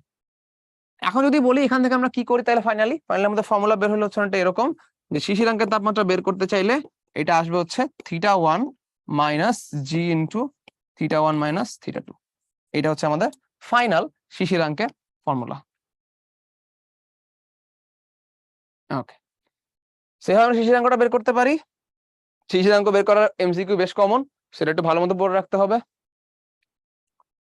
এবার চলো আমরা ম্যাথের দিকে চলে যাই। সবকিছু মোটামুটি বের করে ফেলা আমরা শিখে ফেলছি। প্রথম ম্যাথটাই কিন্তু বেশ ইউনিক, এবং এটা গত বছর সিকিউরিটি আসা ম্যাথ। বুঝতেই পারতেছো যে কতটা ইম্পর্টেন্ট একটা ম্যাথ। গত বছর আসলে 1 বছর আগে। আচ্ছা, এত ডিগ্রি সেলসিয়াস তাপমাত্রা, একটা টেম্পারেচার দেওয়া আছে। টেম্পারেচার থাকলে তাকে ক্যালভিনে নিয়ে যেতে হয়, আমরা শিখে ফেলছি আগে, সেটা 303 ক্যালভিন। এত মিটার কিউব আয়তনের একটা কক্ষের মধ্যে আছে, এটা হচ্ছে আমাদের কাছে ভি। কতটুকু পানি বাষ্প হওয়ার পর অবশিষ্ট পানি এবং বাষ্প সাম্যাবস্থায় থাকবে? পানি এবং বাষ্প সাম্যাবস্থা থাকা মানে কি, এটাকে বুঝে নাও। পানি এবং বাষ্প সাম্যাবস্থা থাকা মানে হচ্ছে পানি যতটুকু বাষ্প হইছে সেটা দিয়ে বাষ্পের ধারণ ক্ষমতা যেটা ছিল সেটা পূরণ হয়ে গেছে। তার মানে বায়ুতে যতটুকু বাষ্প আসতে পারতো ততটুকু বাষ্প এসে পড়ছে, নতুন করে আর কোনো বাষ্প আসবে না। তখনই আমরা বলি যতটুকু পানি বাষ্প হচ্ছে ঠিক ততটুকু বাষ্প পানিও হচ্ছে, এ কারণে বায়ুতে বাষ্পের যে পরিমাণ সেটা পাল্টাবে না। তার মানে বায়ু যখন বাষ্প দ্বারা সম্পৃক্ত হয়ে গেছে তখনই আমার পানি এবং বাষ্প সাম্যাবস্থায় আসতে পারে। তার মানে এই জিনিসটার মানেটা বোঝা কিন্তু খুব ইম্পর্টেন্ট, না কিন্তু তুমি করতে পারবে না। তো পানি এবং বাষ্প সাম্যাবস্থায় আসা মানে হচ্ছে বায়ু হয়ে গেছে সম্পৃক্ত, নতুন করে কোনো বাষ্প ও আর নিতে পারবে না, তখনই ও পানি এবং বাষ্পকে সাম্যাবস্থায় রেখে দিবে। তাহলে সম্পৃক্ত যদি হয়ে যায় তাহলে আমাকে খুব সুন্দর করে বলে দিছে এই সম্পৃক্ত বাষ্পচাপটা হচ্ছে এত। তার মানে ওই অবস্থায় যে প্রেসার, সাম্যাবস্থা থাকা অবস্থায় যে প্রেসার সেটা হচ্ছে 31.83 মিলিমিটার এইচজি। কি চাইছে আমার কাছে? কতটুকু পানি বাষ্প হবে সেটা। ঠিক আছে, তাহলে বাষ্পের যে পরিমাণ সেটা আমি বাই করতে যাচ্ছি। প্রেসার দেওয়া আছে, টেম্পারেচার দেওয়া আছে, ভি দেওয়া আছে, আরামসে আমরা এন বের করে ফেলবো। কি ফর্মুলা মনে পড়ছে? গত লেকচারে কিন্তু ফর্মুলা পড়ে আসছি আমরা। ফর্মুলা হচ্ছে PV is equal two nRT. বা আরো ঠান্ডা মাথায় যদি বলতে চাই, যেহেতু আমাদের কাছে সবগুলা কেজি কেজি বের করতে বলছে আমাদেরকে, আমরা এনটাকে আরেকটু ভেঙে লিখে দিব ডব্লিউ বাই এম আরটি, যাতে একবারে বের হয়ে যায়। আমার লাগবে ডব্লিউ, তাহলে আমি ডব্লিউ বাই করতে চাই, তাহলে আমি এখানে মনে করে বসাই দিই যে ডব্লিউ থাকলো এক পাশে, বাকি সবকিছু অন্য পাশে চলে যাক। So PVM by RT. তাহলে পি হচ্ছে আমাদের কাছে 31.83, এটা যদি এটিএম এ রাখতে চাই তাহলে 31.83 মিলিমিটার এইচজি কে যদি এটিএম এ রাখতে চাই তাহলে এটাকে ভাগ দিতে হবে 76 দিয়ে। 76 দিয়ে না, মিলিমিটার তো, তাহলে এটাকে ভাগ করতে হবে 760 দিয়ে। আচ্ছা, আর আমাদের কাছে আছে হচ্ছে ভি। ভি হচ্ছে 150 মিটার কিউব। তাহলে এটাকে এটিএম এ রাখলে আসলে হবে না, যেহেতু বাকিগুলো মিটার কিউবে আছে, এটাকে প্যাসকেলে নিয়ে যেতে হবে। তো প্যাসকেলে নিয়ে গেলে এই, এটাকে এটিএম এ নিছি, এটিএম থেকে প্যাসকেলে নিছি। এরপর আমার কাছে আছে ভি 150 মিটার কিউব, লাস্ট আছে এম। পানির জন্য এমটা কত? পানির জন্য এম হচ্ছে এইচ টুর মধ্যে 2 আর ওর মধ্যে 16। তাহলে পানির যে এম সেটা হচ্ছে 18 ডিভাইডেড বাই কত হচ্ছে আমাদের কাছে? ডিভাইড বাই হচ্ছে আরটি। আর হচ্ছে 8.314, কারণ সবকিছু আমরা এসআই এককে নিছি। আর টেম্পারেচার হচ্ছে 303। পুরোটা ক্যালকুলেটরে বসাই দিতে হবে। চলো বসাই দিই ক্যালকুলেটরে।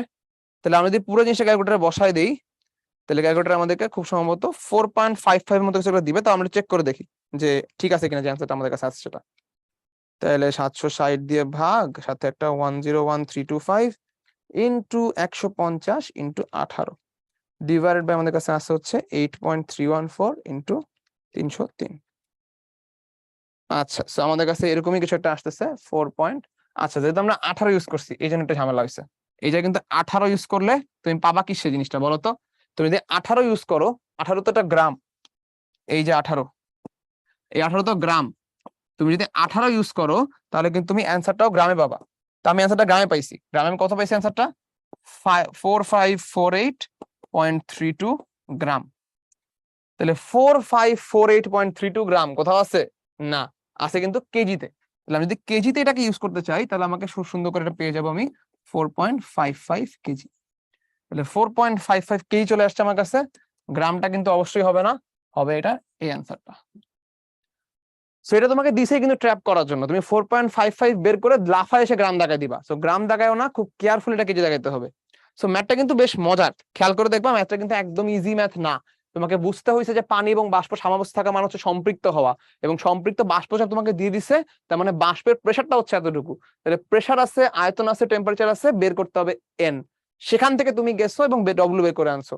সো ম্যাথটা কিন্তু বেশ ইন্টারেস্টিং, একটু মাথায় ঢুকায়ও, কারণ এখন কিন্তু এরকম ম্যাথগুলো আসতেছে পরীক্ষায়। তাহলে আমরা সামনে যাই, এটা ক্লিয়ার হওয়া উচিত। শুষ্ক এবং শীতল আর্দ্রতা নামক তাপমাত্রার দুটি তাপমাত্রার পার্থক্য হঠাৎ কমে গেছে। তার মানে এই যে আমাদের কাছে θ1 মাইনাস θ2 ছিল সেটা হুট করে কমে গেছে। তাহলে এটা আসলে কি? আমি যদি একটু ভালোভাবে দেখি, আমরা এটাকে পড়ছিলাম যে শিশিরাঙ্ক এবং বর্তমান তাপমাত্রার যে পার্থক্য, সেই পার্থক্যটা আসলে এই দুটো তাপমাত্রার পার্থক্যের একটা গুণকের সমান।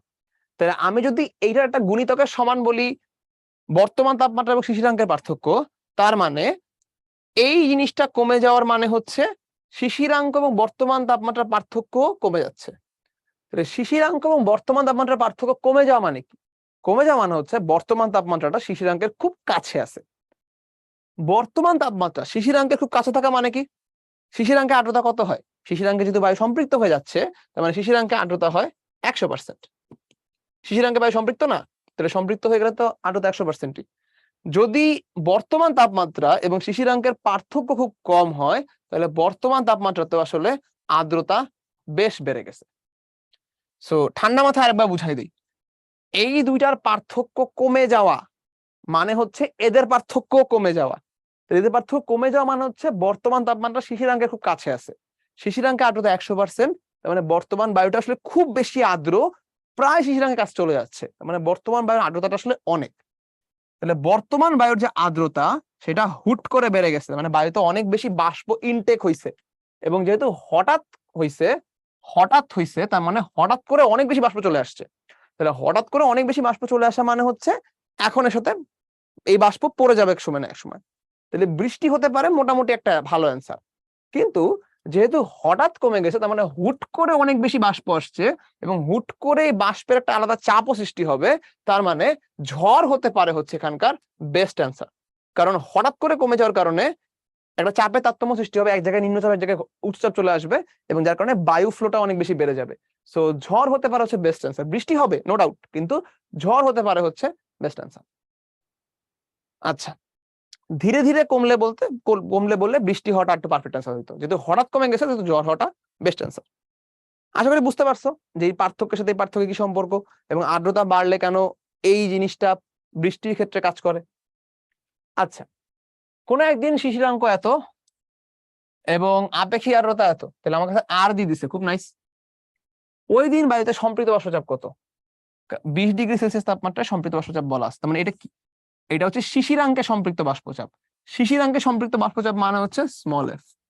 তাহলে আমাদেরকে স্মল এফ দিয়ে দিছে, আপেক্ষিক আর্দ্রতা দিয়ে দিছে, বলছে ক্যাপিটাল এফটা বাই করতে। খুবই সহজ জিনিস। তাহলে যেহেতু আপেক্ষিক আর্দ্রতা দিয়ে দিছে, আমরা এখানে সরাসরি বলে দিব 75/100 এটা, এবং এখানে আমার কাছে আছে হচ্ছে স্মল এফ তো দিয়ে দিছে।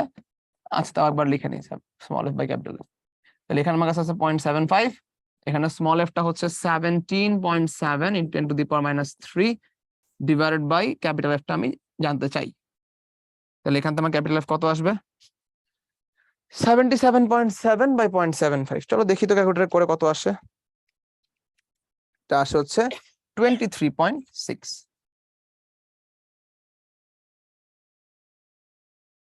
এটা হচ্ছে আমাদের অ্যান্সার। তো দেখি এটা কোথায় আছে। এটা আছে কত নাম্বার অপশন? এটা আছে আমাদের কাছে 23.6 × 10⁻³ এইটা আছে ই নাম্বার অপশনে।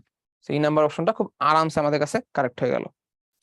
আচ্ছা, সো এটা কিন্তু খুবই সোজা ম্যাথ। খেয়াল করে দেখো, আমার কাছে সবকিছু ছিল। আমার কাছে স্মল এফ ছিল। স্মল এফ বুঝছি কিভাবে এটা স্মল এফ, কারণ জিনিসটা আমার কাছে ছিল হচ্ছে শিশিরাঙ্কে সম্পৃক্ত বাষ্পচাপ। শিশিরাঙ্কে সম্পৃক্ত বাষ্পচাপ হচ্ছে উপস্থিত বাষ্পচাপের সমান। তাহলে আমাকে স্মল এফ দেওয়া আছে, আপেক্ষিক আর্দ্রতা দেওয়া আছে, জাস্ট ক্যাপিটাল এফটা নাই, বাই করে ফেলছি। সোজা জিনিস। চলো সামনে যাই। বায়ুর আপেক্ষিক আর্দ্রতা কম হলে বাষ্পায়নের সাথে কি হবে? একটু আগে খুব এক্সটেন্সিভলি বুঝাইছি যে বায়ুর যদি আপেক্ষিক আর্দ্রতা কম থাকে, তার মানে বায়ুর এই মুহূর্তে অনেক বেশি বাষ্প দরকার। তাহলে যেখান থেকে বাষ্প হবে সেখান থেকে টান দিবে, তাহলে বাষ্পায়নটা হবে খুবই দ্রুত। তাহলে বাষ্পায়ন খুবই দ্রুত হয়ে যাবে, যেখান থেকে পাবে সেখান থেকে বাষ্প নিয়ে যাবে। তোমার ঠোঁট শুকায় যাবে, তোমার গায়ের ঘাম শুকায় যাবে, তোমার গা খসখসে হয়ে যাবে, কারণ বেশি বেশি বাষ্প টেনে ফেলছে তোমার কাছ থেকে। কোন স্থানে আমরা ফাইনালি রিটার্নে চলে আসছি। দেখতেই পাচ্ছ যে বুয়েট 17-18 ম্যাথ খুব খুব গুরুত্ব দিয়ে কিন্তু ম্যাথটা করতে হবে। কোন স্থানে বায়ুর তাপমাত্রা 26°C, আপেক্ষিক আর্দ্রতা 70%। তাহলে আমার কাছে বর্তমান তাপমাত্রা দেওয়া আছে এবং বর্তমান যে আপেক্ষিক আর্দ্রতা সেটা দেওয়া আছে। খুবই ভালো কথা। সে স্থানে তাপমাত্রা কমে হয়ে গেছে 18। তাহলে 26 থেকে তাপমাত্রা কমে 18 হয়েছে। যখন তাপমাত্রা কমে তখন তিনটা কেস ঘটতে পারে। এক, বায়ু অসম্পৃক্ত ছিল, এখনো অসম্পৃক্তই আছে, তাপমাত্রা কমছে, ধারণ ক্ষমতা কমছে, কিন্তু এখনো সম্পৃক্ত হয়নি। দুই, হইতে পারে এটা শিশিরাঙ্ক, সেক্ষেত্রে ঠিকঠাক মতো সম্পৃক্ত হয়ে যাবে, সম্পৃক্ত হওয়ার থেকে একটু বেশি হবে না, কমও হবে না। 3 নাম্বার কেস হতে পারে এটা শিশিরাঙ্কের থেকেও কম, সেক্ষেত্রে সম্পৃক্ত তো হবেই, পাশাপাশি একটু শিশিরও পড়ে যাবে। তো এখানে বলছে যেটা 3 নাম্বার কেস, যে সম্পৃক্ত হওয়ার পাশাপাশি একটু শিশিরও পড়ে গেছে, এবং সেক্ষেত্রে জিজ্ঞেস করছে যে বায়ুস্থিত জলীয় বাষ্পের কত শতাংশ শিশির হয়ে গেছে সেটা আমাকে বের করতে হবে। তাহলে আমাকে 26 এবং 18-তে সম্পৃক্ত জলীয় চাপ দিয়ে দিচ্ছে। এটা হচ্ছে একটা ক্যাপিটাল এফ, ক্যাপিটাল এফটা হচ্ছে 26-এর জন্য, আর এটা হচ্ছে আরেকটা ক্যাপিটাল এফ এবং এটা হচ্ছে 18-র জন্য। এখন আমাদের বের করতে হবে কত শতাংশ ঘনীভূত হয়ে গেছে। প্রথম কথা, এই যে কত শতাংশ ঘনীভূত হয়েছে এটা শুনলে কিন্তু আমাদের মাথায় আসে যে আমাদেরকে একটা ভর বের করতে বলছে, রাইট? যে মনে করো বায়ুর মধ্যে 5 কেজি বাষ্প ছিল, তার মধ্যে 2 কেজি ঘনীভূত হয়ে গেছে, তাইলে 2 কেজি বাই 5 কেজি এত পার্সেন্ট ঘনীভূত হয়েছে। সো প্রথমে আমাদের মাথায় একটা ভর জাতীয় কাহিনী আসে যে কত ভর ঘনীভূত হয়েছে আসলে। কিন্তু যদি চিন্তা করে দেখো, আমরা কিন্তু ইতিমধ্যেই পড়ে ফেলছি যে বাষ্পের ক্ষেত্রে ভর এবং বাষ্প চাপ সমানুপাতিক। তার মানে আমি যে তোমাকে বলি যে 2 কেজি বাই 5 কেজি, আমি তোমাকে এটাই বলতে পারবো যে 2 কেজি বাষ্পের দেওয়া চাপ ডিভাইডেড বাই 5 কেজি বাষ্পের দেওয়া চাপ। এখানকার রেশিওটা যা আসবে এখানকার রেশিওটাও তাই আসবে, যেহেতু ভর এবং চাপ সমানুপাতিক। তার মানে এই জায়গা থেকে আমরা অনেকেই ম্যাথটাকে এইভাবে করি যে ভাই তাহলে এফ ইজ ইকুয়াল টু হচ্ছে এম কে। আচ্ছা না, আমি উল্টা বলছি। আমরা জিনিসটাকে অনেকেই ভাবে করি যে ভাই তাহলে এটা যেহেতু সমান সমান, তাহলে M is equal to F K, তারপর তুমি বারবার ওই এফ কে ধরে সবগুলা ম্যাথ করে লাস্টে কে কেটে ফেলাও। তো এই কাজটা করা যাবে, চাইলে যাবে না তা না, বাট আমরা এই কাজটা না করে সরাসরি বলে দিব যে M1/M2 এর যা রেশিও, সরি এভাবে না লিখে এভাবে লিখি যে small M by capital M এর রেশিও যা, small F by capital F এর রেশিও আসলে তাই। সো তুমি যেই ম্যাথটা এম দিয়ে করলে রেজাল্ট যা দিবে, এফ দিয়ে করলে রেজাল্ট তাই দিবে। কারণ 2 কেজি বাই 5 কেজি যা কথা, 2 কেজি বাষ্পের চাপ 5 কেজি বাষ্পের চাপ একই কথা। সো আমরা এই কে ধরবই না, আমরা বলবো যে এখান দিয়ে করলে ম্যাথটা যা দিত, চাপ দিয়ে করলে ম্যাথটা তাই দিবে, এবং পুরো ম্যাথটা আমরা চাপ দিয়ে করবো। কোন এক জায়গায় চাষে লিখে দিও যে যেহেতু এটা সমানুপাতিক এই জিনিসটা হবে, তারপরের থেকেই পুরো ম্যাথটা চাপ দিয়ে করলে কোনো সমস্যা নেই। আচ্ছা আসে আমরা চাপ দিয়ে ম্যাথটা করি। 26 ডিগ্রি সেলসিয়াস তাপমাত্রায় বলে দিছিল আমাকে আপেক্ষিক আর্দ্রতা 70%। তাহলে আপেক্ষিক আর্দ্রতা যদি 70% হয়, R is equal to small F by capital F into 100%। তাহলে এখান থেকে আমরা লিখে দিতে পারি 70% মান হচ্ছে এখানে 70/100। এখানে স্মল এফটা আছে, ক্যাপিটাল এফটা কত? ক্যাপিটাল এফটা হচ্ছে আমার কাছে 26 ডিগ্রি সেলসিয়াস তাপমাত্রায় বলেই দিছে 25.21। তাহলে আমরা এখানে 25.21 বসাই দিব। তাহলে আমার কাছে কত আসতেছে? এটা আমার কাছে আসতেছে হচ্ছে F is equal two 0.7 into 25.21। তাহলে আমি যেটা বলি কত আসে, এইটা আসে হচ্ছে 17.647 মিলিমিটার এইচি। তাহলে ওই অবস্থায় বর্তমান বায়ুর যে চাপ সেটা হচ্ছে 17.647 মিলিমিটার এইচি।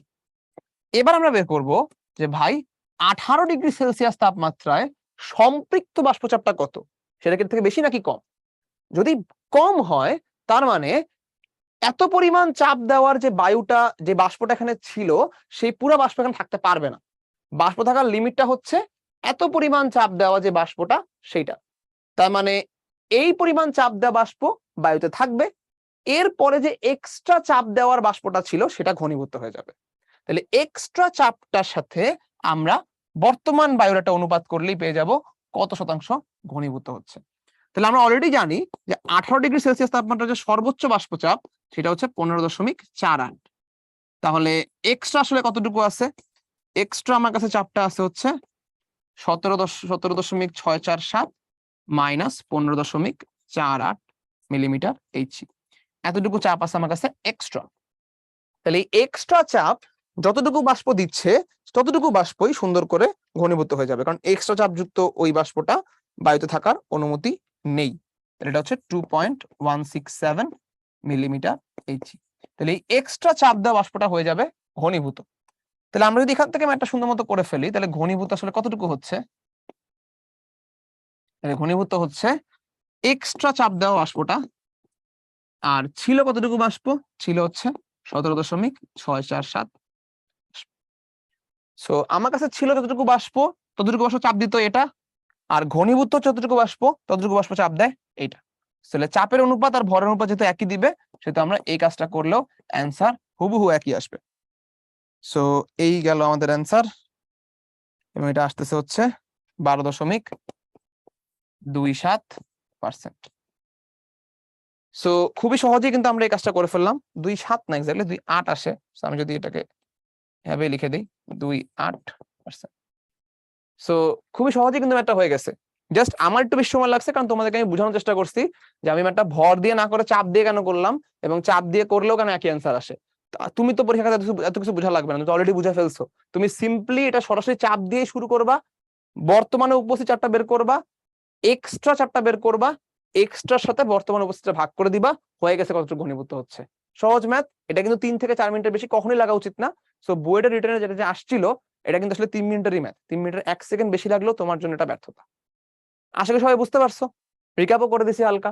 চলো নেক্সট ম্যাথে যাই। এটা কিন্তু ম্যাথ না, এবং এটা রাখছি এই কারণেই জাস্ট দেখানোর জন্য যে বুটেক্সে কিন্তু সরাসরি শর্ট কোশ্চেন টাইপের জিনিসপাতি আসে, ম্যাথ ছাড়াও। তো তুমি একদম যে শুধু ফিজিক্সে ম্যাথই করতে থাকবা এটা কিন্তু না, তোমাকে হালকা পাতলা থিওরিও বুঝতে হবে, কারণ বুটেক্স টাইপের কিছু কিছু জায়গায় এরকম থিওরিটিক্যাল ম্যাথ আসে। তো সম্পৃক্ত বাষ্প বলজার সূত্র মানে কি না? না ভাই, মানে না। যদি মন চায় R2 এলাবোরেট করতে লিখে দিবা কেন মানে না, কারণ সম্পৃক্ত বাষ্পের পক্ষে ওটা সমান সম্ভব না। এবং সম্পৃক্ত বাষ্পের ক্ষেত্রে চাপ মানে আয়তন বাড়লেও চাপ মানে আয়তন যেহেতু বাড়া সম্ভব না, চাপ বাড়লেও আয়তন বাড়বে না। সো এই হচ্ছে সম্পৃক্ত বাষ্পের হিসাব নিকাশ। সো আরেকটু ডিটেইলে এইচএসসি তে যা পড়ছিল এটা লিখে দিতে পারো যদি চাও। আচ্ছা, নির্দিষ্ট কোন একদিনে আমরা বুটেক্সের একটা ম্যাথ, সো বুটেক্সের একদম ম্যাথ আসে না তাও না, দুই রকম জিনিসপাতি বুটেক্সে আসে। নির্দিষ্ট কোন একদিনে শিশিরাঙ্ক হচ্ছে এত, শিশিরাঙ্ক দেওয়া আছে সুন্দর করে, বায়ু তাপমাত্রা এত, বর্তমান তাপমাত্রাও দেওয়া আছে, খুবই ভালো কথা। আপেক্ষিক আর্দ্রতা বাই করতে হবে। তাহলে আপেক্ষিক আর্দ্রতা বাই করার জন্য আমার কি লাগে? আপেক্ষিক আর্দ্রতা বাই করার জন্য আমার দিন শেষে যেটা লাগবে সেটা আমি সাইডে রেখে দিই। আপেক্ষিক আর্দ্রতা বাই করার জন্য আমার দিন শেষে লাগবে হচ্ছে small F by capital F into 100%। তাহলে স্মল এফটা বাই করবো কোত্থেকে? শিশিরাঙ্কে সম্পৃক্ত বাষ্পচাপ, তার মানে 8.5 ডিগ্রি সেলসিয়াস তাপমাত্রায় সম্পৃক্ত বাষ্পচাপ থেকে বাই করবো small F. Capital F by করবো কি হবে? বর্তমান তাপমাত্রা সম্পৃক্ত বাষ্পচাপ, তার মানে 18.4 ডিগ্রি সেলসিয়াস তাপমাত্রায় সম্পৃক্ত বাষ্পচাপ থেকে বাই করবো আমি ক্যাপিটাল এফ। তাহলে এই দুটো অনুপাত করে বেরো যাবে আপেক্ষিক আর্দ্রতা। চলো একটা করে বাই করি। তাহলে 8.5-এ আমি কিভাবে পাবো? আমার কাছে 8-এর সম্পৃক্ত বাষ্পচাপ আছে, 9টা আছে, এই দুটো থেকে খুব ইজিলি পেয়ে যাবো 8.5-এরটা। তাহলে 8 থেকে 9 আসলে কত দূর? এটা দূরত্ব কত? 1 ডিগ্রি সেলসিয়াস। এই 1 ডিগ্রি সেলসিয়াস যে বাড়লো, সম্পৃক্ত বাষ্পচাপ কতটুকু বাড়ছে? 8.04 থেকে বেড়ে দাঁড়াইছে 8.61। এই 10⁻³ গুলাকে লিখবো না, এগুলাকে লিখবো মিলিমিটার এইচজি, তাহলে 10⁻³ হিসাব নিকাশ ডান। তাহলে আসলে আমরা 8 আর 9 এর জন্য করি। 1 ডিগ্রি সেলসিয়াস তাপমাত্রা বাড়লে সম্পৃক্ত বাষ্পচাপ কতটুকু বাড়ে? সম্পৃক্ত বাষ্পচাপ বাড়ে 8.61 মাইনাস 8.04 মিলিমিটার এইচজি। তাহলে এটা যদি কারেক্ট হয়, তাহলে এখান থেকে আমরা সুন্দর করে এটা করে ফেলতে পারবো যে 1 ডিগ্রি সেলসিয়াস বাড়লে কতটুকু বাড়ে। আমার বাড়াইতে হবে কতটুকু? 8 থেকে বাড়াইতে হবে আমার 0.5। তাহলে 0.5 ডিগ্রি সেলসিয়াস যদি বাড়ে, তাহলে সম্পৃক্ত বাষ্পচাপ বাড়বে হচ্ছে 8.61 মাইনাস 8.042 গুণ দিয়ে বিয়োগ করে ফেলি,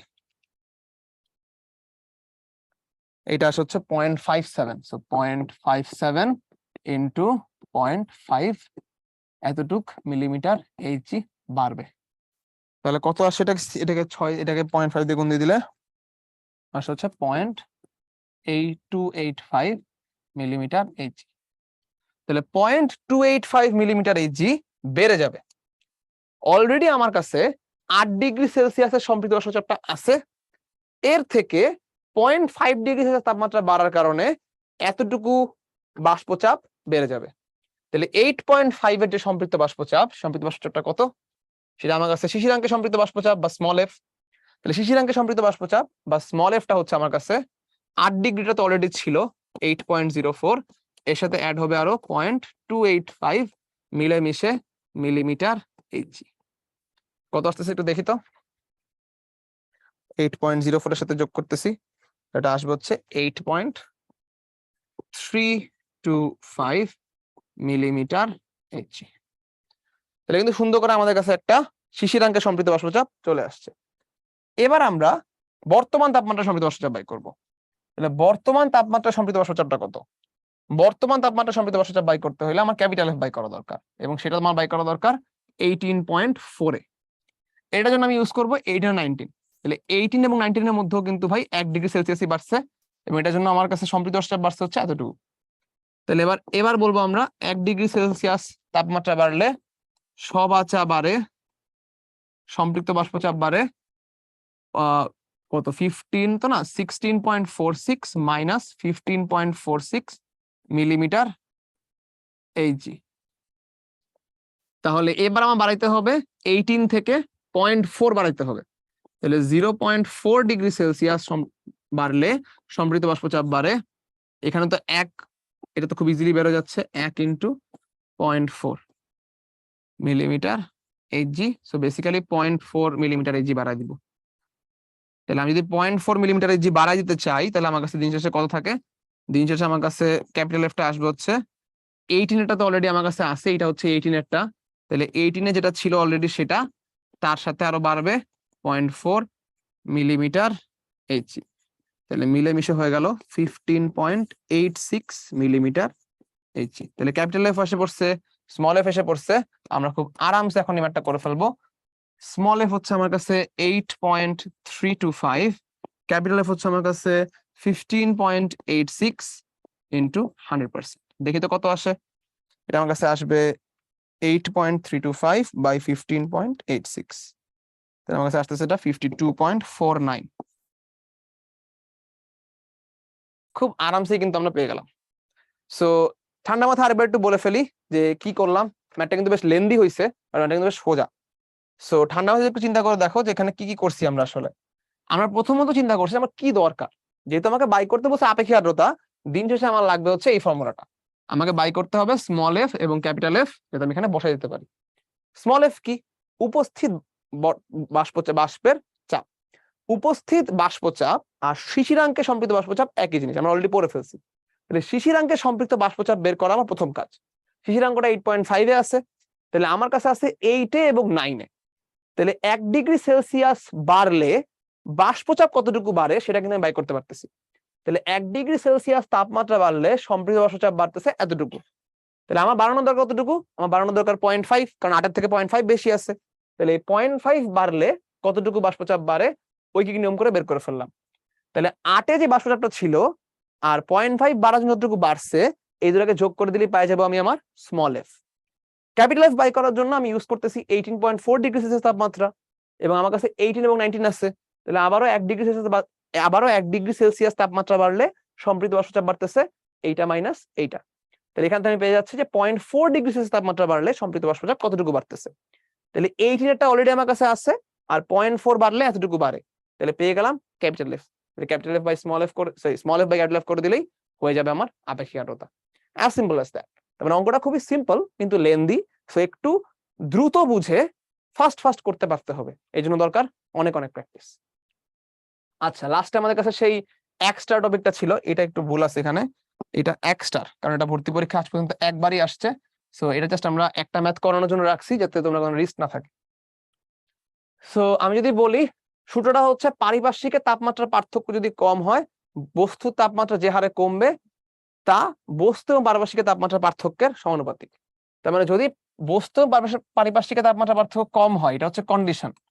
যদি এই কন্ডিশনটা পূরণ হয় তাহলে আমরা এই ফর্মুলাটা লিখতে পারবো যে বস্তুর তাপমাত্রা যে হারে কমতেছে সেটা পারিপার্শ্বিক তাপমাত্রা পার্থক্যের সমানুপাতিক। তো এখান থেকে এটা লেখা যায় আর কি, যে D theta by theta minus theta naught is equal to K DT.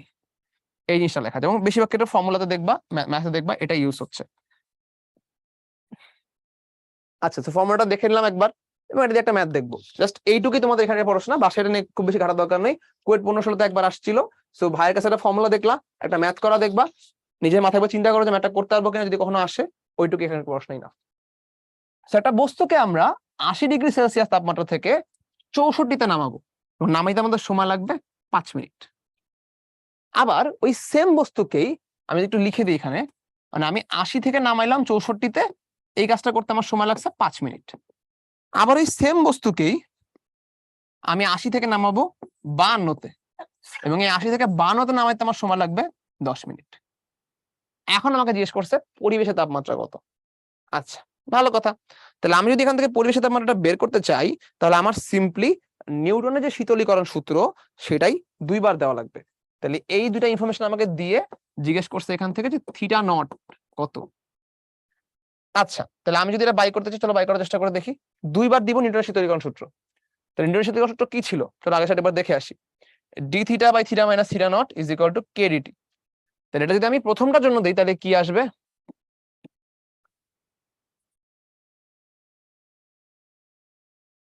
ফর্মুলাটা লিখলাম, এটা মনে করো প্রথমটার জন্য দিব। তাহলে প্রথমটা যদি এটা দেই 80 থেকে 64, তাহলে এটা দাঁড়াবে হচ্ছে অনেকটা এরকম, 80 থেকে যাচ্ছি আমরা 64-তে, তাহলে 80 থেকে 64 D theta by theta minus theta naught. এবং এটা করতে কত সময় লাগতেছে, করতে সময় লাগতেছে 5 মিনিট।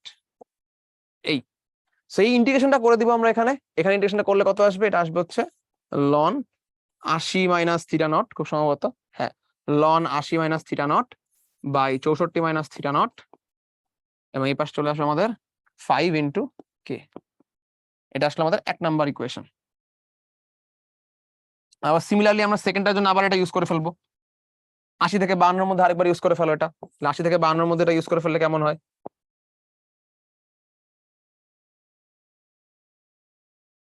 এবার লাগছে আমার 10 মিনিট সময়। তো এটা যদি ইউজ করে ফেলো তাহলে এখানে আমাদের কাছে আসবে হচ্ছে 80 মাইনাস আগের লন, তারপর 80 minus theta naught by 52 minus theta naught is equal to 10K। এটা হয়ে গেল আমাদের 2 নাম্বার ইকুয়েশন। এবার এই 1 আর 2 নাম্বার ইকুয়েশন সলভ করে ফেললেই মোটামুটি ম্যাথ শেষ। আমি যদি 1 আর 2 নাম্বার ইকুয়েশন সলভ করে ফেলি, 1 আর 2 নাম্বার ইকুয়েশন সলভ করে ফেললে আমি পাবো হচ্ছে অনেকটা এরকম, যেটা এটা এই দুটো তো একটা একটা দ্বিগুণ, জাস্ট বেশি কিছু নাই। তাহলে 1 আর 2 নাম্বার মিলাই দিলে আমি পাবো হচ্ছে এইটার থেকে এইটা হচ্ছে দ্বিগুণ। তাহলে এখানে যেটা আছে এটাকে দ্বিগুণ করে দিলেই, মানে 2 ইন্টু লন, তারপর এটা লিখে দিলেই মোটামুটি দুটো সমান হয়ে যায়। সো 2 ইন্টু লন 80 minus theta naught by 64 minus theta naught is equal to লন 80 minus theta naught by 52 minus theta naught. Just এই দুটাকে সমান লিখছি। এইটা ইকুয়াল টু 5K আর এটা ইকুয়াল টু 10K, তার মানে এইটার থেকে দ্বিগুণ হচ্ছে এইটা, তো এটাকে দ্বিগুণ করে দিলেই এটা হয়ে যাবে, এটা লিখছি জাস্ট। এখন এটাকে তোমরা সলভ করবা, সলভ করাটা তোমাদের কাজ, একদম হাতে হাতে করা যাবে না। এটাকে সলভ করবা, এখান থেকে সলভ করলে তোমরা পেয়ে যাবা যে ভাই theta naught is equal two 16 degree Celsius. এটা হচ্ছে আমাদের ফাইনাল অ্যান্সার। সো পুরোটা একদম করে দিলাম না, মোটামুটি ওয়েটা শিখাই দিলাম যে এই ফর্মুলাটাকে জাস্ট 2বার ইউজ করছি, দুটো ইকুয়েশন বের হইছে, সলভ করলে অ্যান্সার পেয়ে গেছি। এখন তোমাদের এই সূত্র সম্বন্ধে কাজ হচ্ছে, সূত্রটা একবার ভাইয়ের কাছে শুনলা, ম্যাথটা একবার এখন ভিডিওটা শেষ করি, একবার এই পুরো ম্যাথটা হাতে করে ফেলো, এবং তারপরে নিউটনের শীতলীকরণ সূত্র আর দেখা লাগবে না। এইটুকুই তোমার এখানকার কাজ। আশা করি মোটামুটি জিনিসটা ক্লিয়ার হয়েছে তোমাদের কাছে। দুইটা ফেনোমেনন বলছে, 2বার ইকুয়েশনটা দিছি, সলভ করছি, অ্যান্সার চলে আসছে। খুব বেশি কোনো আহামরি কাজ কিন্তু এখানে নাই। উইথ দ্যাট আজকের ক্লাস শেষ। আশা করি আজকের ক্লাসটা ভালো লাগছে, মোটামুটি বুঝতে পারছো সবকিছু। চেষ্টা করছি শুধু ম্যাথ না করায় থিওরি গুলাও বুঝাই দিতে, কারণ অনেককেই থিওরিতে সমস্যা থাকে, এবং থিওরি ক্লিয়ার না হইলে একটু প্যাঁচাই দিলেই আর পারবা না। সো আশা করি ভালো লাগছে। সামনে আবার কোনো চ্যাপ্টার নিয়ে দেখা হবে। ততদিন সবাই সুস্থ থেকো, ভালো থেকো, অভ্যাসময় শিক্ষাবে সাথী থেকো। আসসালামু আলাইকুম।